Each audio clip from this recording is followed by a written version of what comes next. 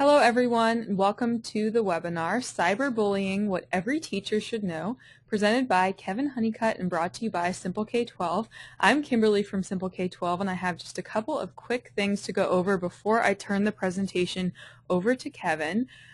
Just want to make sure everyone's aware that we have a bunch of upcoming webinars here at Simple K-12. Teacher learning community members, of course, look inside the community for all of these. This is where you're going to be able to register for upcoming webinars, watch them on demand, and get all of your certificates of completion. If you're a member and you haven't heard yet, or if you're joining us as a guest today and you're unaware, I want to point out that for a limited time, Simple K-12 has opened up all of the upcoming live webinars free and open to the general public. So this is a great opportunity to watch some free upcoming webinars. So I encourage you to check all of those out on our website, simpleK12.com/webinars. We have a bunch coming up and space is limited. So check them out and register while you can. I did just send out a tweet inviting everyone on Twitter to join us in today's webinar. I encourage you to do the same if you're joining us live. Make sure to include that link. That's where your followers are going to be able to join for free. And also, I'm going to try and send out a few highlights from today's webinar with the hashtag #SK12. If you're tweeting about the webinar, please use that hashtag. That way I can see all of your tweets and collaborate with you on Twitter. We also have a back channel discussion for today's webinar. Here's the link for that on the center of the screen here. This is where you have the chance to chat with other attendees of the live webinar and take notes as well. It's a lot of fun. You do need to open this link in a new web browser, and it is optional, but I encourage you to check it out. I'm Kimberly Warner, the Community Manager here at Simple K-12. Thanks so much for joining us today. One thing I really want to make sure is clear is that you also have the opportunity to ask questions directly to Kevin today during the webinar. This is a great opportunity to ask your questions to him. So if you have a question for him during the live webinar, make sure you put that in the GoToWebinar questions panel. There's a panel usually to the top right of your screen. It tends to auto-collapse. You can use a red arrow to pop that panel back out, put your question in there. All of those will come directly to me, and then I'll make sure that we get questions to Kevin during the webinar and after the presentation as well. If you have a question about Simple K-12, or if you're a member and you have a question about your teacher learning community membership, you can also give those to me during the webinar. And of course, if you're watching this as a recording, keep in touch with us on the community forums and on Twitter at SimpleK12 and at TLC_EDU. Just a little bit about Kevin before I bring him on here. And Kevin's one of those people that he has so many great things going on, it's hard to know what to say about him, but just a couple quick things. He did teach for over 13 years and has currently been a technology integration specialist for 8 years. He's really an expert in a lot of different areas, but we brought him on today for his expertise in online safety, anti-bullying, and cyberbullying, which he's going to talk a little bit about today with us. We're excited to have him here, and I'll go ahead and bring him back on. Hi, Kevin. Thanks for being with us today. It's good to be here. And I'm going to go ahead and do a quick title poll so we can see Cool. who's on the webinar. And if you do choose that other field, go ahead and let us know what that means to you, and we'll read out some of those titles if we can as well.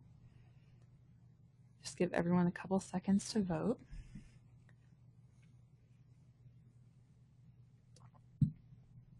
All right, looks like everyone's voted, so I'll go ahead and share the results.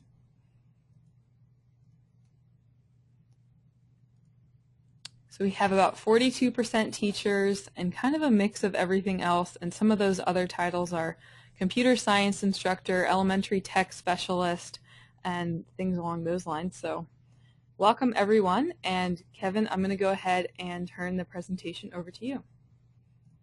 Thank you. Okay. Now I'm just double checking, so give me a yell if you can see everything okay. Looks great. Cool. Okay. First, let me just kind of tell you what I've been doing here.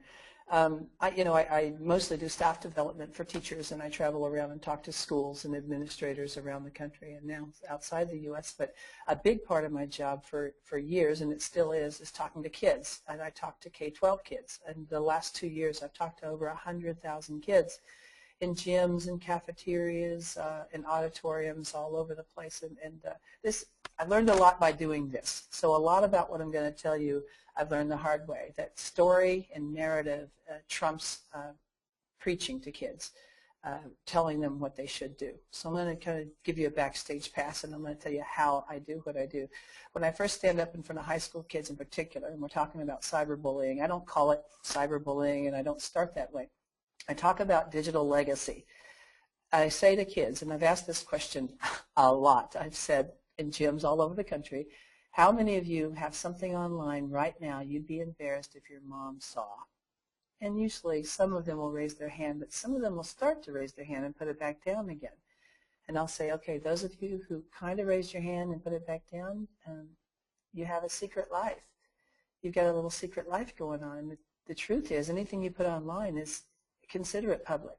It's public. That means your mom could see it. It's part of your digital legacy. And I keep saying these words. I want them to understand what I mean by that. Everything Googleable about you, everything that can be proven that you did, is part of your legacy. And this is different from when we were kids. I mean, when we were kids, we did stupid things too, but they were made of paper, or they were my word against your word. The kids are on the record these days, and they're saying things. Now, what I'm doing is sneaking into the kids' heads, okay, a little bit. I want them to think about the things that they're doing.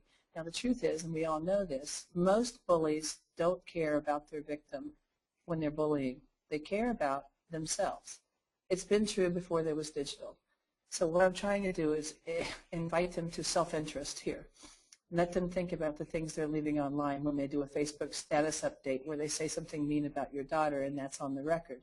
What I'm reminding them is even if they took it down, someone could have screenshotted that page.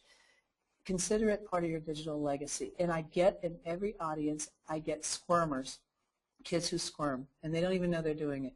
In their own skin, they're uncomfortable. And I can tell these are the kids I need to talk to. I could stand beside most school counselors, and I could point to the squirmers, and they would tell me these are the kids that are doing these things, that are in trouble for doing these things. So it's kind of interesting to be at the front of the room. Now, I'm not preaching to them, and I'm not indicting them. I'm reminding them that they are on the record. Okay, so that's my tact here. And when I stand in front of kids, I don't act like I know more than them. I always say, kids, I know you know more than me about this stuff. I'm an old guy, okay, but I need you to help me mentor your little brothers and sisters. Can you help me with that? And they'll usually give me permission to talk for an hour. Okay, so this is my tact. But I start with this story, that my kid lives in this treehouse in my backyard. And I had to decide as a dad, was I going to let him surf the web when he's 13 in the treehouse, outside the presence of mom and dad, even if I trust him? Is this a good thing to do? And what I'm trying to tell kids is that their moms and dads, they should be invited to their digital lives. That if mom and dad can't see it, they probably shouldn't say it. That the same comment that you're afraid for your mom to see will keep you from winning the governorship or the scholarship. Okay, so consider if the whole world could see everything you say. Think that way. Think before you post. Do I want to be known for this for the rest of my life? And yes, I'm trying to get the cyberbullying. I'm trying to get the online safety issues at the same time. I show them this slide, and I talk about the brain research. There's some brain research on a phenomenon that researchers call downshifting. And what downshifting is about is that middle part of your brain there, the thalamus and hypothalamus, is an ancient part of the brain that's in charge of something called fight or flight. It's the survival area of the brain. It's been with us for a very long time. It releases adrenaline and helps you outrun a mugger. It's a good thing.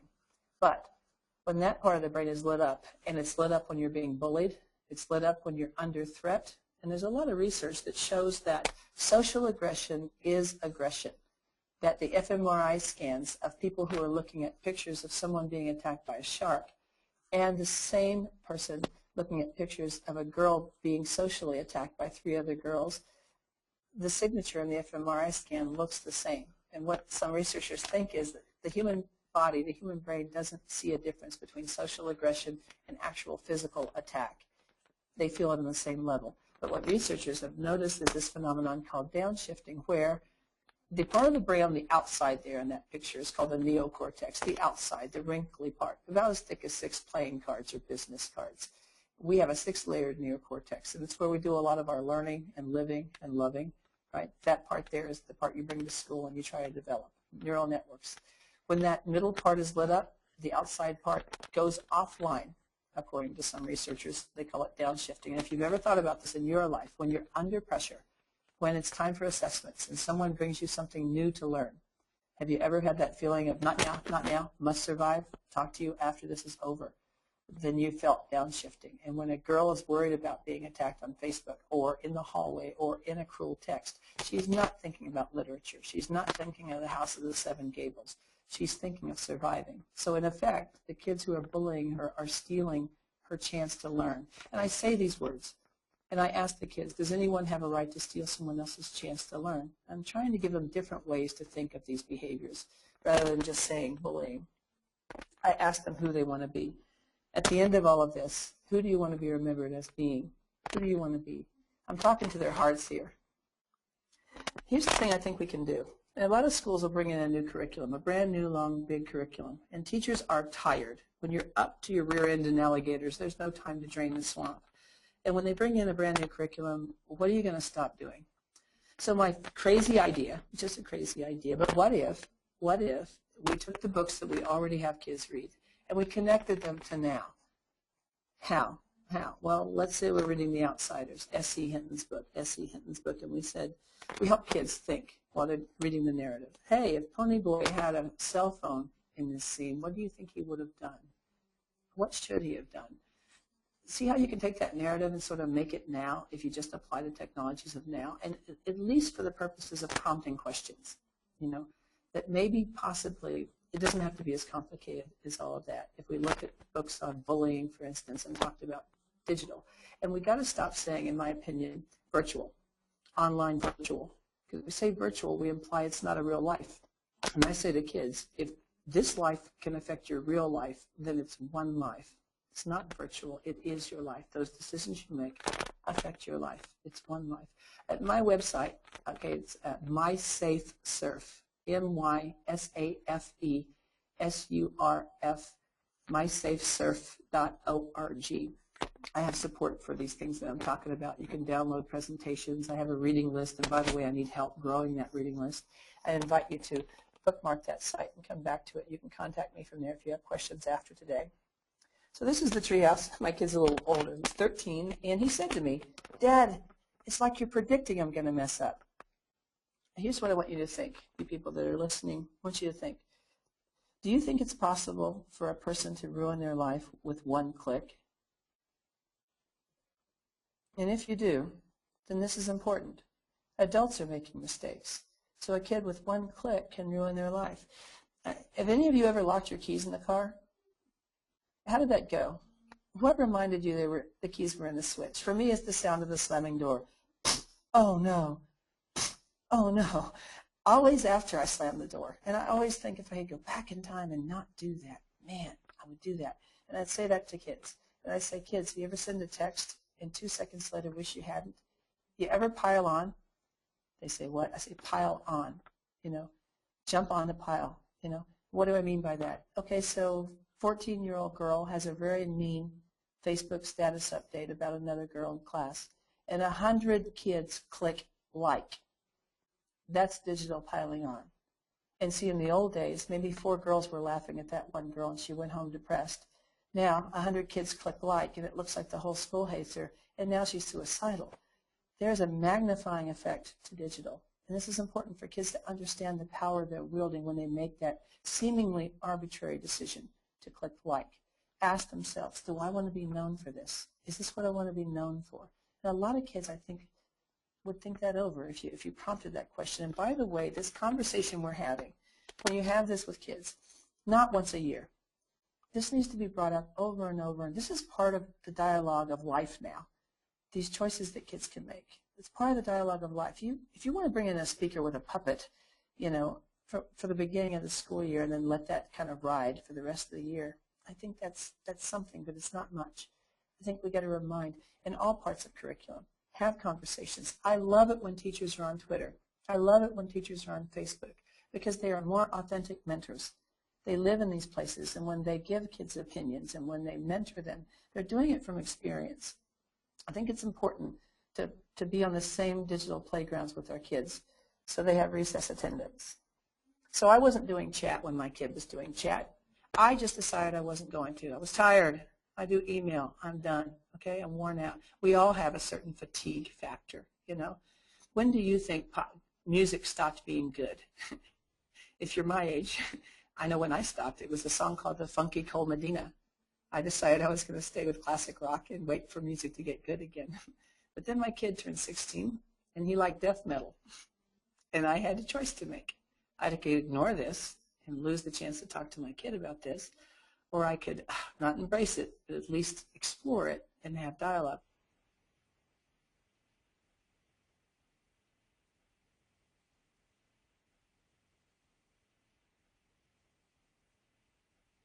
Parent over shoulder. I Googled it. Then I said, I got to get in this game. I said, Ben, teach me this. Dad, teach me this. Dad, I taught you to use a toilet. You can take a second here. Fine, gosh, don't embarrass me online. Those are his words. So I'm not going to embarrass you. But I'm an adult. I look at things differently. There's research that was in National Geographic this month, and by the way, this month's issue of National Geographic has a fascinating article about the teenage brain. Recommended highly. Those of you that have teen children, I recommend it very highly. It talks about the way teens assess reward versus risk versus adults, the way we weigh reward against risk. And it shows that kids take twice as many chances if they're around peers. So this makes me want to stay in my kids' game. So I look at my son's chat clients, and I notice that each one has a box in it somewhere that I can click that will save the chat transcripts. And I thought about that. That means everything I've ever said to you could be on your hard drive. And that's fine, as long as we trust each other, right? As long as you're my BFF, right? As long as you're my girlfriend, as long as you're my boyfriend, I can say everything to you. But what if that's not true anymore? What if we get in a fight and don't like each other? And you have all my deepest, darkest secrets on your hard drive. What could you do with that? And I see kids think about this. They think about this. You know, chat is as safe as how much you trust the person you're chatting with forever. So, right, think before you post. Do I want to be known for this? There are still some conversations that are probably best held mouth to ear, analog, possibly. But once it's on the record, it hurts real bad. Nothing hurts worse than a smart bomb, in your own words, coming back to hit you. So one of the issues of cyberbullying is a kid attacking another kid, and if they have the fodder, their own words, something they said when they were stupid and 13, how might that feel? I want kids to think about that, to not give other people potential ammunition. So say these words. Talk to them about their digital legacy, and here's how I frame it, and it seems to capture their imaginations. In the 1800s, soldiers going off to the Civil War, and he stands in front of a black box, wooden box camera with a lens, and he stands there for 20 seconds as the shutter is open, and he takes a picture, and he has a tintype now, and that tintype moves through history into the future, beyond his life. Actually, he took a picture and sent it through time into the future, not himself, just a picture. That's a legacy. That's a photographic legacy. What is YouTube? I can send my voice. I can send lessons I create. I can send more than just a picture to my great-great-grandkids. So what do I want to say to the future? See, I think kids are they're doing a lot of online graffiti, having puberty online. This is so much more powerful than I think they even know. And so if they start thinking, do I want to be known for this? What do I want to be known for? And by the way, what are the things we as educators can challenge kids to do with their technologies that are positive? How do we talk about cell phones in a different way? Because I promise if we don't talk about it, kids are going to use them, one way or the other. We would have made stupid mistakes with them, and they're going to too. So how do we talk to them about using their iPad for virtual field trips or reading to kids who don't get read to? Doing something that contributes to the positive side of their digital legacy. I think a lot of this is on us as educators to role model for kids. Whether we're comfortable with it or not, it just happens to be what's going on. So in the old days, after I died, if you wanted to know about me, you could read my tombstone. Kevin Honeycutt. He was a husband, a father, a teacher, and an artist. these days. To learn more, see his website, Facebook, podcast, Twitter, blog, YouTube channel, Lulu Books. Kids are known. They're known. And I think this is a cool thing. I mean, we found King Tut, right? We found the pharaohs long before we found the habitats of the slaves who built the pyramids. They didn't have a voice. Everyone has a voice now. How are they using theirs? Can we challenge them to do good things? How will they start? They already did. Mom Facebooked their sonogram picture. They had a web footprint before they were out of the uterus. So people who think arbitrarily, let's talk to kids at 3rd grade, 4th grade, 5th grade, I talk to pre-K, pre-K-12. If they're touching a device, it's time to have a conversation. Not a scary conversation, but a conversation about digital legacy and decisions that kids make online. I have a group of ladies who called me, this was about a year ago. They wanted to come to our office and they wanted to learn Facebook and Twitter. I said, why? They said, we want to mentor our grandkids without embarrassing them. Isn't that cool? They don't get staff development credit or anything. They just do it because it's the right thing to do. The room smells like excitement, nervousness, apprehension, and Bengay. So these are the things I say to kids. Never say anything online you'd be embarrassed if the whole world saw. Think of it that way. Okay? Take it through that lens before you publish it. Ask yourself, do I want to be known for this? We grew up with technology too. Why are our kids so much faster at learning new stuff? And I have some theories on this. They've grown up playing video games that look like this. We grew up playing video games that look like this. Look at the controller. 1 button and a joystick, right?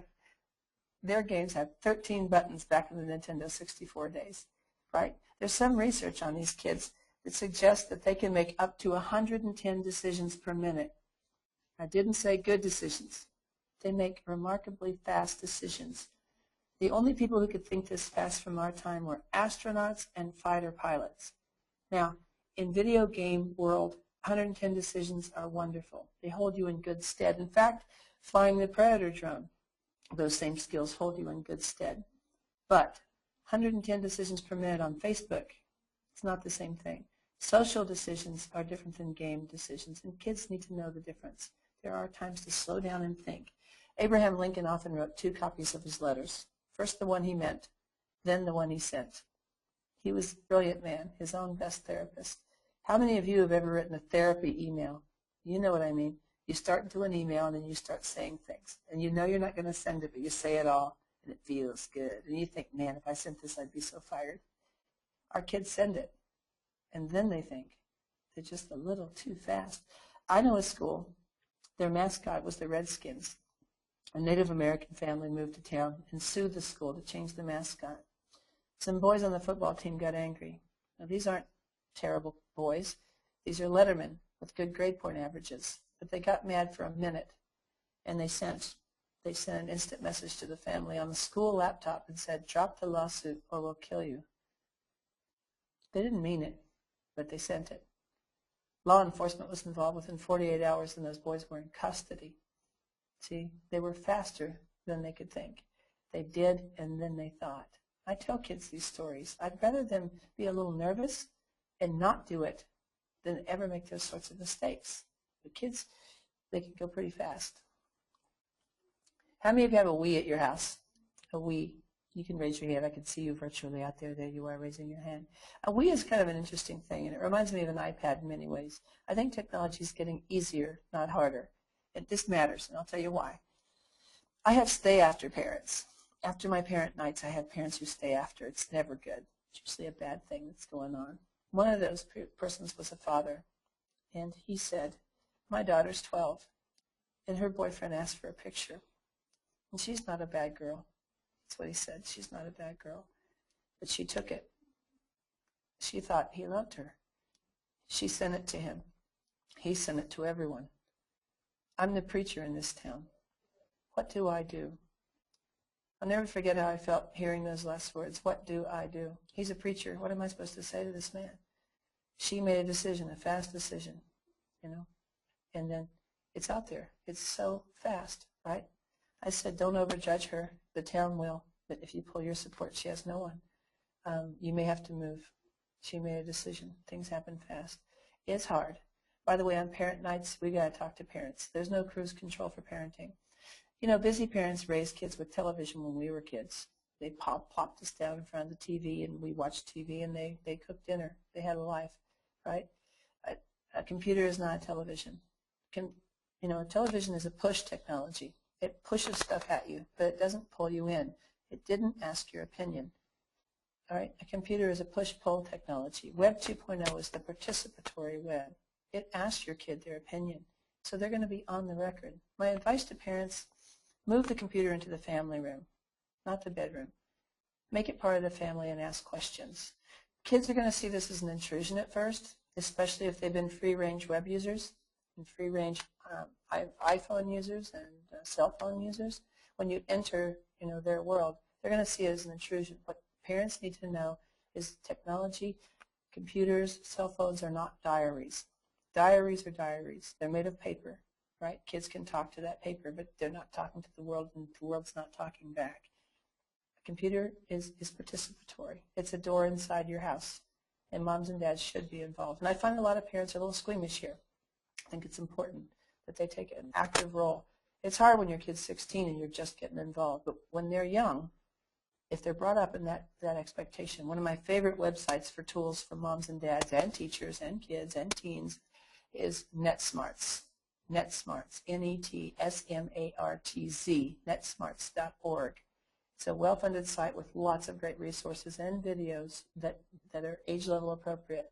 It's a good place to start for parents who are not sure about some of these things. Why are kids so fast? Ever since they've been born, there have been computers. Now think about this. Some of you are young, and you are the kids I'm talking about. And I'm hoping some of you are like me, a little bit older. When I was born, there were no computers. They came to my high school in 1983. We got 2 of them because Williamsburg High School had 1, so we had twice as much technology as them. They were very expensive. I thought IBM Selectrics. No one was allowed to touch them. That was a computer, an expensive thing that I'm going to break. Think about your kid. Ever since they've been born, there have been computers. It's part of their thoughtscape. Trees, grass, squirrels, cars, computers.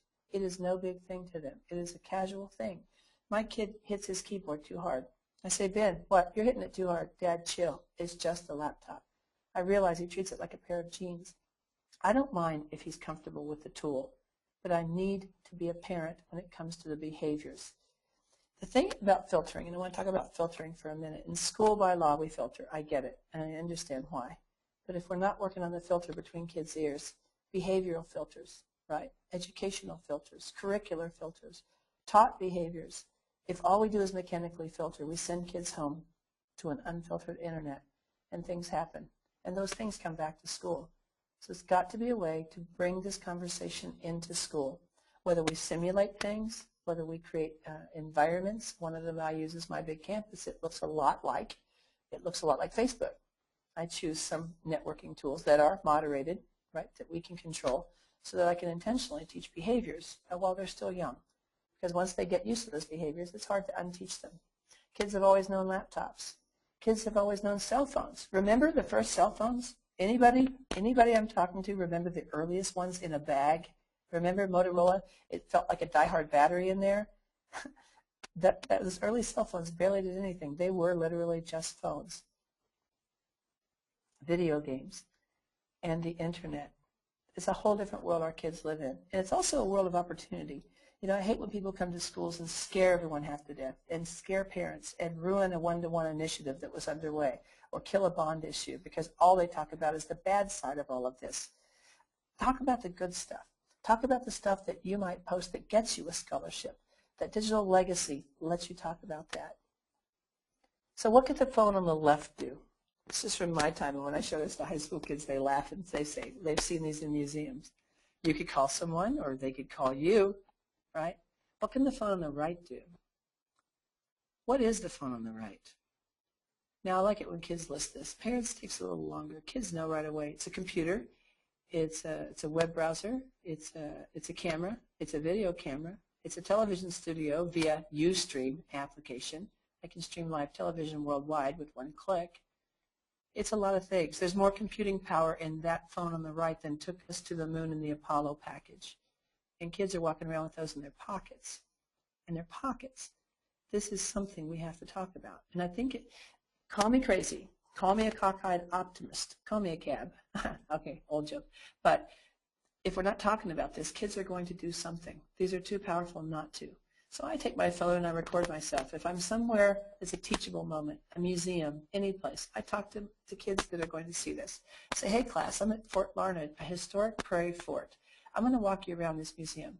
And I walk them around and give them a virtual field trip. I don't care how clumsy that is. What I'm trying to role model is people my age, an adult that they look up to, is using their technology to teach people, to do something good for the world. They're going to do something. They're kids, right? How do we role model this? Good behaviors. We get annoyed at kids when they're talking to their devices. And lately I've changed my thinking on this. My kid has a cell phone. When I talk to him, I expect him to listen to me. One day I was talking to him, and I noticed he had his hand in his pocket. I said, what are you doing? He said, texting his girlfriend. So he's talking to me and texting his girlfriend at the same time. There's a kind of politeness that I think has to be cultivated, you know, that sometimes you pay attention to one thing, and it's okay not to be streaming multiple streams of data at the same time. In other words, multitasking. Here's what they're really doing. They're looking through a sort of window, and that window has their friends on the other side. Okay, so this is new. You're sitting having dinner with your parents, and your friends are available. If your friends walked up to the table, would you talk to them for 30 minutes, or would you say, hi, good to see you, I'm out with my parents, I'll talk to you guys later? This is something that has to be cultivated. I mean, if no one's talking about what manners are under these conditions, then kids are going to do what they do. Adults are going to do what they do.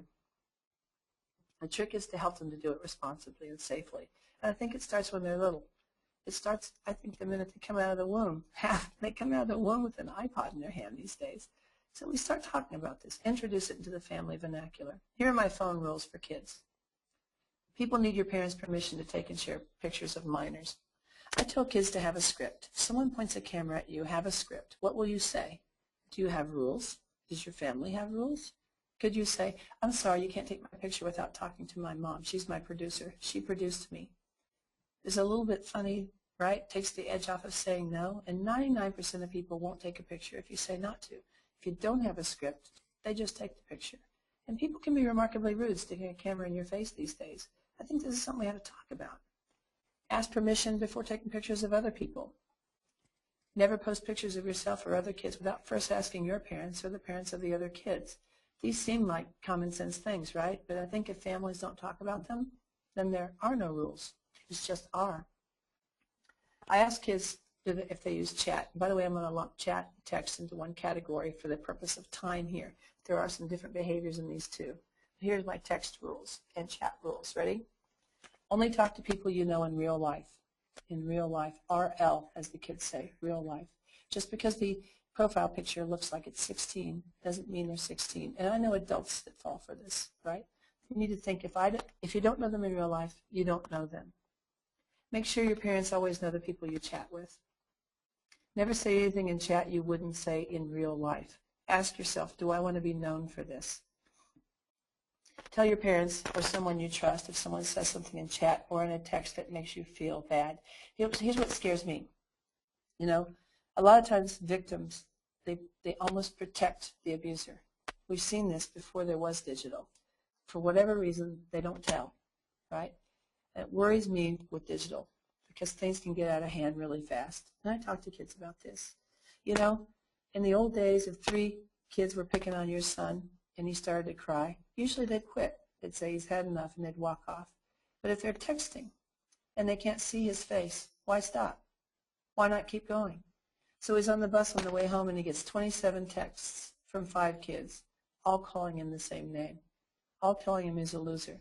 By the time he gets home, he gets off the bus, you see him and say, hi, sweetie, how was your day? His phone vibrates again in his pocket. Will he tell you? I tell kids, tell. It's never your fault. Tell. It's never your fault. And I say to the bullies, not directly, I say, if you send a text, it can be traced all the way back to the palm of your hand. You are not invisible, right? You're not in some grassy digital knoll where no one can see you. It will come back to haunt you. So think, do I want to be known for this for the rest of my life? I'm gently trying to say to them, you don't get to do this for free. You don't get to take a free shot. One of the worst days I ever had talking to kids, and I have a lot of great days talking to kids. One bad day, I'll tell you what happened. I was in a gym, talking to about 500 kids. My choices were to have the lights on and the kids couldn't see my screen, or to have the lights off and they could see my screen but I couldn't see the kids. This is the only bad day I ever had presenting to kids, because there were kids who couldn't be seen. So they could say things and do things without being known. They could shoot, they could sniper from the grassy knoll. And it reminded me again, that a secret life is a dangerous thing. Even adults will mess up when they have a secret life. I think it breeds sociopaths and politicians to have a secret life. It's important to turn the lights on where kids are and talk about these issues. Remind kids this. Every chat client I've ever seen has a screen like this where you can click Save Chat Transcripts. So just ask yourself, do I want to be known for this? I trust this as much as I trust the person I'm chatting with. Think about it. I told my son, if I can't see it, you can't say it. That's what I told him when he was 13, 14. One of my favorite tools out there that kids should use, in my opinion, is Google Alerts. And if you Google the words Google Alerts, you can see that you can set up an alert on any term you want. It's important to put that term in quotation marks. So if it's your son's name, first and last name in quotation marks, Google will search for whatever's inside the quotation marks. What type of search? It can be everything, news and web, blogs, video. I choose everything. How often? I choose as it happens. I put in my email and I create an alert. From now on, I get an email every time that name pops up on a public website. This is a great way for kids to watch their own back, their own digital legacy. Now, if they have a common name, they're going to get lots of emails, right? But if I had a 16-year-old daughter, I'd have a Google alert on any boy she dated. Trust but verify. Set up a Google alert on your school's name. Would you like to know what people are saying? This is not perfect, but it's a good start to get kids to start thinking about how the world sees them. Two-way conversation, feedback, okay, not just saying, but hearing what they're saying. So I use this video a lot. Kids love this video. Charlie bit my finger, okay? And kids love it. I've turned it into curriculum, and here's how I do it. I figure they're going to like this video and remember it for the rest of their lives. So why not tie it to some thinking? So that's what I try to do. I tie it to some thinking. So I say, in this video, Charlie's brother sticks his finger in Charlie's mouth. There were no teeth in there a couple days ago. Now there are teeth and they're sharp. So Charlie's brother bites down. And when he bites down, once he bites down, Charlie's brother no longer has choices. I bet he would have thought different if he'd known what was going to happen. I'm tying this to think before you post. Think before you send. Think before you click like. I'm trying to tie that to that thinking. So when they see this video, they'll remember the lesson. By the way, if you've never seen Charlie Bit My Finger, you must watch it. But I show it to 500 kids at a time, and they love the video. It gives me a chance to use Trojan horse teaching to sneak that second lesson in there. So I see these pieces of technology. When I ever talk to kids about cyberbullying or online safety, I always include positive examples of things they could be doing with their technology.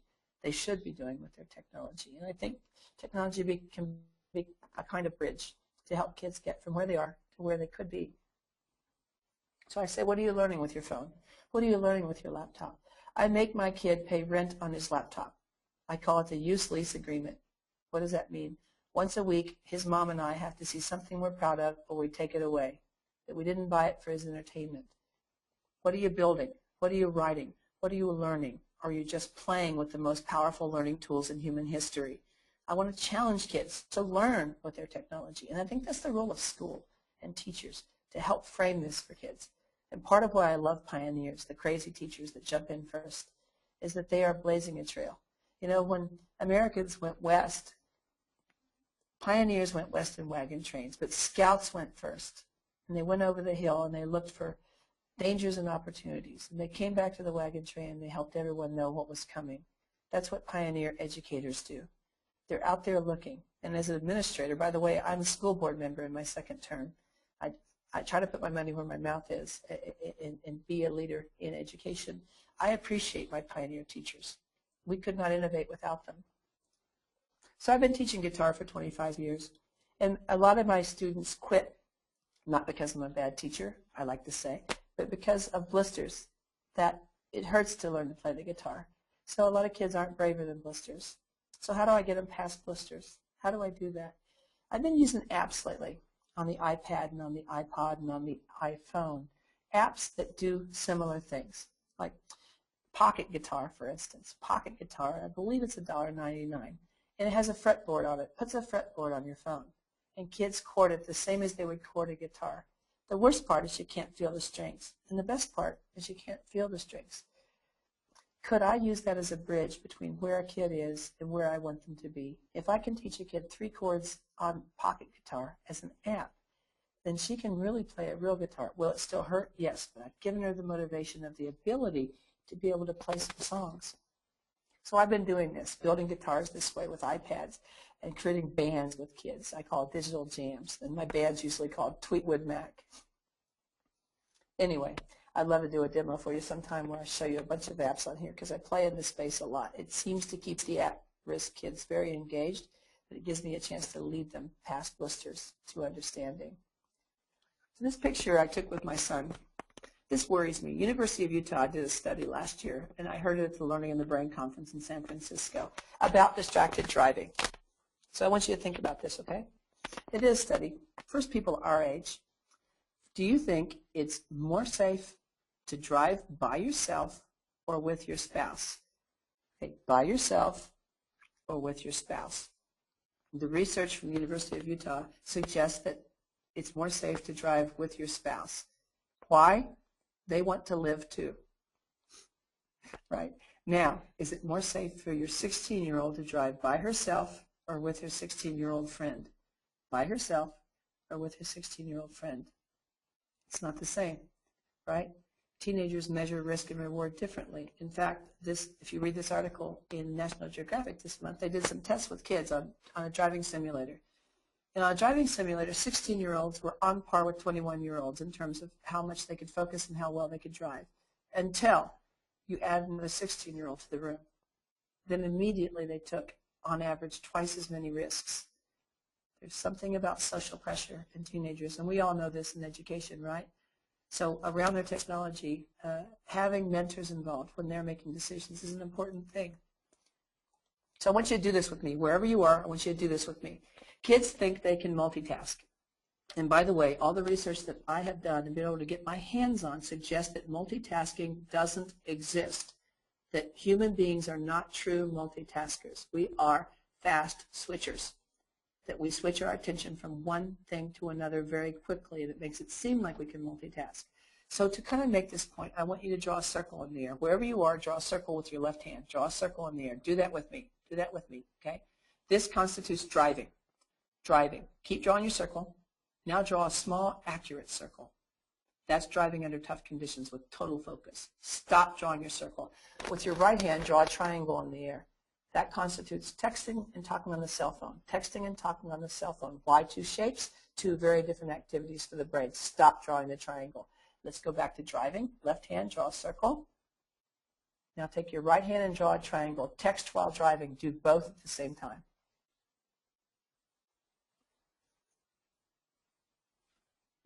Now I do this with kids all over the country, and what I'm trying to get to them is that truly you can't do two things at one time. You can give your attention away once, but not twice.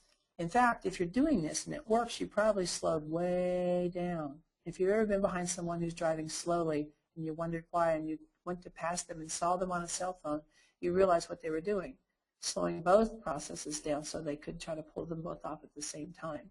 I want kids to know when to downshift and focus on one important thing. If driving is not one of those things, I don't know what is. I want to share this idea with you, and I'm hoping this is working so you're actually seeing this little animation. My son last year was a senior in high school, and his school has a really cool thing they do with seniors. They have them all do a project called a legacy project. Basically, every senior does something that is important for the world, not just for themselves. So my son said, "Dad, do you know any schools that need things?" And I said, "Yeah, I know a school in Bagshwar, Nepal, where there's a teacher named Govinda Prasad Panthi. He teaches 125 kids in his school with open pit toilets, no electricity, and 20 books in the library. And his dream is to have a library, a real library. Help them." So my son said, "That's my project." So he started Skyping with Govinda. He did his research. He found out, how can I help? So he uses Facebook and Twitter, social networks, to bring notice to the school, to tell the school's story. And he makes a PayPal button and starts taking donations, $1 at a time. It took between August and December to raise the first $2,000. And then Ben wired the money to the school. By the way, there's Govinda down there on the bottom right with his slate board, right? And his friend Jake, they worked together on this project. This is a picture of the first 2 laptops that ever came to this school, powered by battery, charged up in Govinda's house at night. This is the first time these kids have touched computers. He went into Kathmandu and bought 2 laptops and a year's worth of internet connectivity via a cellular device. So for the first time, these kids could Skype. These teachers could Skype. The world could see them. 2 18-year-olds using social media did this, but they weren't done yet. This was the first step. Once people could see the school, they started donating. And it didn't take too long until, until they'd raised enough money to buy the library, $3,000 more. They just opened the first library in their school. This is the outside of the building here. And this, I'll just show you a quick video. Can you see us? Yeah. This is the first time that school ever hooked up. And my 18-year-old was losing his mind. He was so happy. Well, Ben's not done yet. Their website, Our Open World Project, continues. And their next goal is to build a school that they can own, that they can keep, that they don't have to lease. I'm in love with this idea. I'm in love with the kids doing good things for the world. And I think if we're not talking about doing good things for the world, kids are going to be kids. I want to populate their thinking with good things. Let me end it like this. When I was a little kid, I was running through the house in my diaper, and I had a pair of those things on the right called tweezers. And I saw these things on the wall that had 2 holes. I was a pretty smart kid. I knew that those went together. So I walked up to plug that into the wall, and I dead sure at 110 volts. My mom saw this from the door, and she ran in. She couldn't get there in time, but she kicked me with love. She said, "No! My fingers are black, the wall's black, my diaper's full." I didn't think about this for years until I got a little older, a little wiser, and a little boy. I bought those plastic things for the wall outlets. I love my kid too much to let something bad happen. I've got to be involved in my kid's life. Whether I like it or not, I'm on Facebook. If he's somewhere, I got to be there too. And there's no easy way. Moms and dads have to take an active role, and I think educators have to take a mentor role. My website is mysafesurf.org. You can download my presentations there and contact me there. And I am so out of breath, and I'm going to hang around in case there are questions. I'm just honored that you guys listened to me today. Thank you.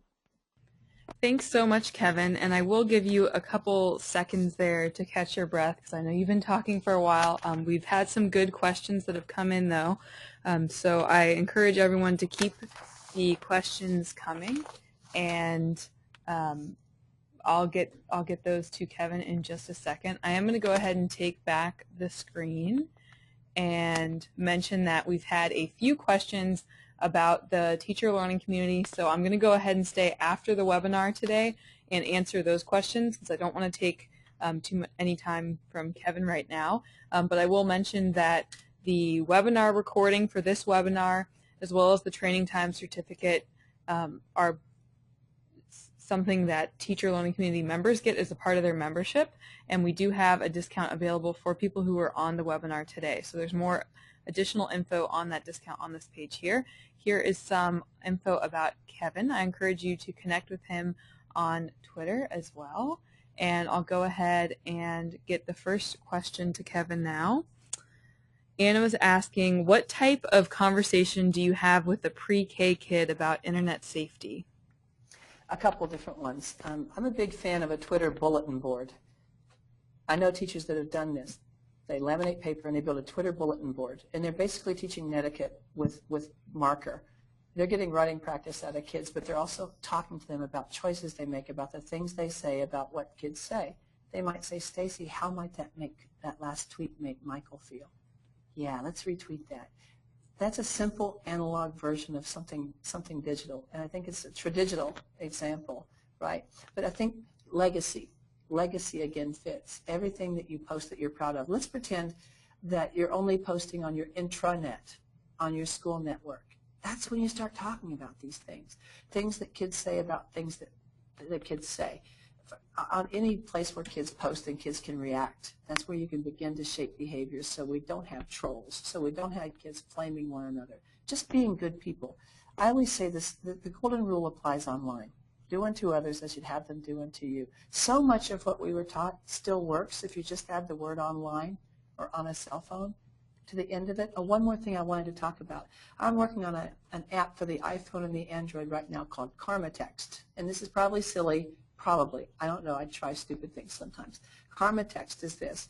You get the app and you want to say something nice to someone. You can't think of anything. So you open Karma Text and you click Mom.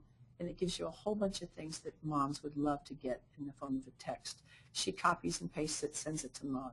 Basically like Hallmark cards in the form of text. Now, that's a proactive tool to try to help kids be nice people with their texts, you know. I don't know if it'll do anything or if kids will like it, but it's something I'm working on with my friend and partner, Ginger Lumen, right now. I guess I would look at ways to simulate the things they're going to be doing very soon, whether you're doing that on your own local network, on whatever you're using to do that. Start talking about the way kids treat one another and the things that they post that they're proud of. And that can start in the classroom, having that conversation, you know. Share what you're proud of, you know. As they move through those teenage years, it gets tough. Kids are all over the place psychologically. Okay, I'll hush. Okay, no, that was great. The next question is coming in from Bonnie, and she's asking, what is your opinion on teachers connecting with students on social media? Okay, I'm going to tell you my opinion. It's not everyone's opinion, right? I don't want to friend kids until they graduate. That's my personal opinion. I'm a man. Last thing in the world I want is a perception out there. And like it or not, this is a tough field. You're guilty till proven innocent. And as much as I want to be there for kids, you know, not in those places. In moderated places where everything is on the record, you know, I'm less shy. But in a place like Facebook, I'm a little different, and that's my personal opinion. Now, I do have this network called Art Snacks where I mentor kids, but their teachers are there, their parents are there, everything is very much on the record. And even there, I'm very, very careful. Watch the verbiage all the time. It's scary. I think we've got to try as best we can to simulate these places, because how in the world are we going to shape behaviors and mentor kids if we ignore these spaces? This is a tough one. I'm friends with my kid on Facebook. I don't friend all of his friends. I'm aware of them, but that's my personal thing. And once a kid graduates, and I tell them, I'll friend you if your page is appropriate. If you have stuff on there that will make me look unprofessional, I'm sorry, but I can't even friend you in that case. So that matters. So do you ever recommend, and this is just me asking this now because we had a webinar about this last week, something like Edmodo or Schoolology to teachers? Absolutely love Edmodo. Now, again, a couple different things I use. I use My Big Campus because they made a freemium product that you could use for free. That's why I liked what they were doing. Edmodo, wonderful. It looks very Facebook-ish, and yet you have control. Absolutely love it. I think you've got to build those playgrounds where you can turn this into curriculum and be intentional about shaping behaviors before kids adopt their own behaviors. Absolutely, I'm a fan of those sites. Great, and I encourage all of the attendees to keep the good questions coming. We have about 6 minutes left here with Kevin. Melissa had a quick one, and she was wondering if you could share with us again the magazine that had the study on teen choices. Yeah, it's National Geographic this month, so let me just make sure I got that, so give me just a second to pull it up, because you can read it for free online. I bought it in an airport and paid a lot of money. Let me see where it is here. I'm hoping it was this month. It could have been last. Let me just see. Teenage Brain. Here I am Googling. Teenage Brains Magazine 2011. Here we go. I think I can pull it up. Yes, this is the, let me drop this. Well, darn it. Can I drop this? I haven't been able to click into the window and drop anything. Do you want to share your screen really quickly? Would that help? Yeah. That'll do. Okay. Yeah, I'll give the screen back. Thank you for that. No problem. This is the article, and I read it on my iPad on a flight, and it's not bad. It just talks about these teenagers, okay? And it's interesting because they say that we probably survived the Ice Age because of teenagers. because they take risks that people that are older won't take. And they probably did some things that helped us survive that if we'd all been conservative, we would have stayed and died. But they die. They take risks. So how do you do both? How do you encourage them to stretch their wings and have big ideas and yet keep them safe at the same time? And that's the tough job of parenting and the tough job of teaching. If you scroll down through here, it's a great article. It held me riveted. I have a 19-year-old, and even though he's in college, he's still my kid. The umbilical just has money going through it now. Great. Yeah, it looks good. I'm going to go ahead and pull this back, and really quickly I want to pull up the back channel because we had a few questions about that, and mainly how to export the notes. So really quickly, here I am at the back channel, and I'll pull that link up in just a second. To export those notes, just click on this Import Export button here, and then you can choose whichever format you want to export those in. I usually just do Microsoft Word or plain text. And that's pretty much how that works, so that's nice and easy. And thank you everyone for taking fabulous notes in the back channel. That's great. And let's see, let me go back to the questions here. Jenny's saying that she has a very common name, and she's wondering if you had any tips on working the Google alerts, or if there's any way to kind of make it easier for people who do have very common names. I'll give you my best advice.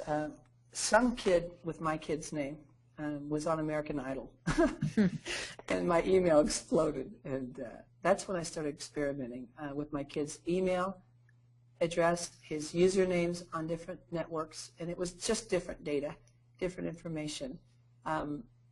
And then I left the straightforward one on there too, and honestly I just got tons of them, and I thought, well, you know, at least I'll get the one that matters, hopefully, if it happens. But different things like usernames on different networks, I would recommend that. What else do I have? I have a Google alert on the term blow up the school. I've had that going for a long time, and I can't take it down now, because if a kid says at 2 a.m., tomorrow's the day I finally blow up the school, I want to see it tonight. And I'm thinking you could do a sort of online neighborhood watch, where you could watch key phrases. Maybe you got volunteers who do this, who just watch for key phrases. I don't know. I've not explored this as deeply as I'm going to, but I've been looking at this for a little while. But if you have a common name, my best advice is usernames and email addresses to see if there's any other data that you can pull up. Okay, that's a great tip there. And James has a question which is a little bit away from cyberbullying, but since we're coming to a close here, I'll go ahead and ask it since we have time. Sure. He's wondering if you have any advice of how, he's a teacher, and he's wondering if you have advice on how to get administrators more involved in understanding that they need to be more aware of the school's digital footprint. Oh, that's a great question. Is it James? Yes, James. Thanks, James. It's a great question. You know, one of my favorite jobs is talking to administrators, because big things happen when administrators have a vision, and bad things happen when they don't. And I think it's real important for them to understand. And I use key phrases. You know, right now, lately, I've been saying this. We're competing for students. Our school lost 22 kids last year. I want them back. You know how you get them back? Customer service. Have a YouTube channel where instruction is rewindable. Have a digital footprint so web-savvy parents, when they're shopping, see that your school is head and shoulders above the one next door. If you don't have a footprint, you don't exist. And this is important. This is marketing. So that's one thing. Right? The other thing is this customer service thing. Moms and dads deserve to be able to see what's going on. They want to know. Getting word out to patrons. Our newsletter goes out on Facebook now. We're a small school. Now, we still have paper, but we have a lot more people that read the Facebook. And a lot of times they're afraid about Facebook. You know, if you build a fan page, we found that we have not gotten spammed, and we have not gotten bad words, and we have not gotten those things, because on Facebook, you know, you are who you are, and people won't take that shot because they got a name badge on. You know, they haven't done the things that we were afraid of, you know, and it's been nothing but good. But if you want to get a good start, let me connect your administrator to my superintendent, because we've come a long way recently, and he likes to Skype, and he likes to talk, and likes to share what we've learned. We're a small school going through tough times, and we're leveraging all of this stuff to really save our school.